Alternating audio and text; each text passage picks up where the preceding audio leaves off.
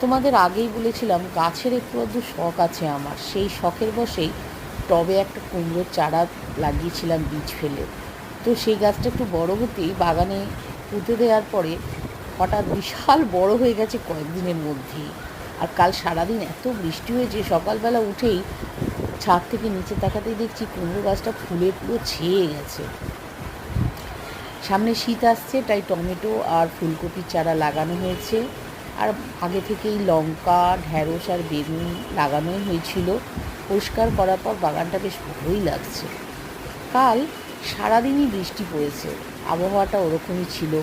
আর মনটা কেমন খিচুড়ি খিচুড়ি করছিল। বন্ধুরা, তোমরা সবাই কি খিচুড়ি খেয়েছিলে কালকে? জানিও কিন্তু। খুব ভালো লাগছে। বৃষ্টি বেশি সবার কাছে সুখকর না হলেও বৃষ্টি পড়লে কিন্তু মনটা একটু অন্যরকম আনন্দে ভরে যায়, তাই না?